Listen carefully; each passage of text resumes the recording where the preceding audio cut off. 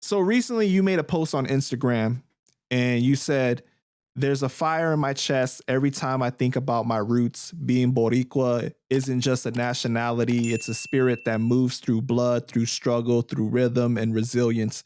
It's the beat of bomba in your chest, the smell of sofrito in the air, the colors of our flag stitched into our soul. No matter where we go, even behind prison walls, even when the world tried to strip me of my name, my dignity, my voice, I held on to that.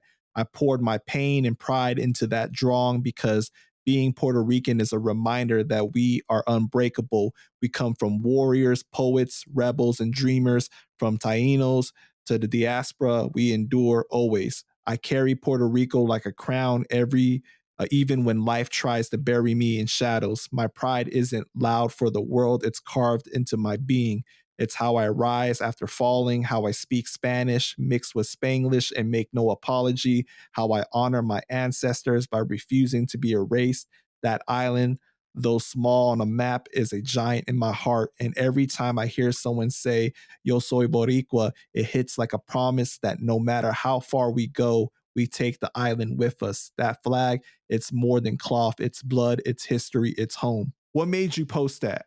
I came across that drawing that I made while I was in prison. And I'm just a prideful nigga. Like, it's self-explanatory. It's not even something I could like dive deep into. It's just self-explanatory. I'm just a proud New Yorican, man. I'm just proud of who I am, proud of, like, every time I see the Boricua flag, I look at that shit and I'm like, that shit was created here in New York, in Manhattan. Like, we made that shit here. You know what I mean? Like, and I'm just super proud. It's just especially now with all the stuff that's happening in Puerto Rico with, you know, the government moving in and trying to take shit over and, you know, trying to move out the indigenous population and, you know, grandmothers getting pushed out of their homes that they've been in for 50 years because of gentrification. You know what I mean? And a lot of white people from the mainland going over there to live because they don't got to pay taxes. You know, that shit is deep, man. And That's you know, crazy. Yeah, it's a fucked up thing. It's a fucked up thing. So, you know, with this whole movement, with Bad Bunny representing the island the way he's doing, and it just bring new life.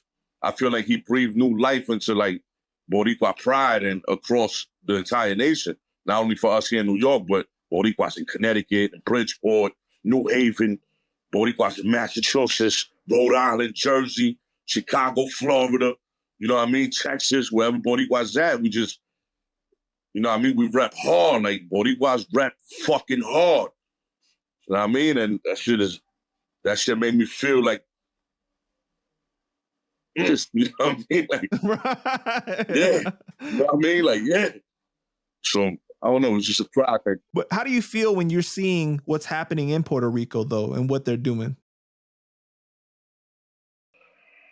It's like your hands are tied. Like, what could you really do? You know what I mean? What could you really do? You can't stop that. You know what I mean? Puerto Rico is a part of the United States.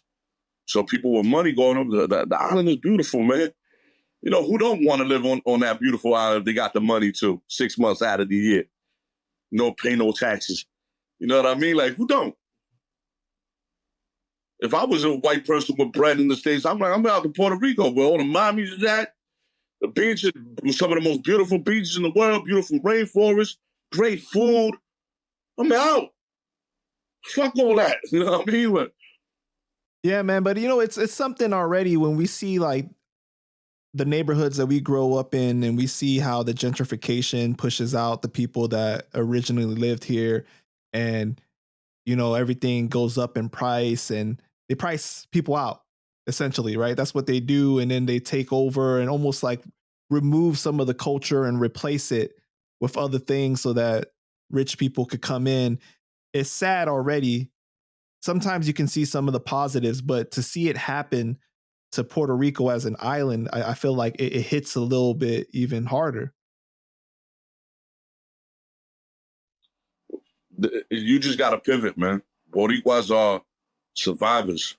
You know what I mean? Like, we survivors, man. Like, that's why I preach culture to my kids. Like, learn as much Spanish as you can. Represent your flag as often as you can. Represent your culture. Represent who you are as often as you can, because that's how you keep your culture, your language, and what you embody as a Puerto Rican alive. That's how you keep it alive, by representing every time, putting your flag up every time, speaking your native tongue. Learn your native tongue. Learn how to speak Spanish. You know what I'm saying? If you can't learn how to speak it, learn how to understand it.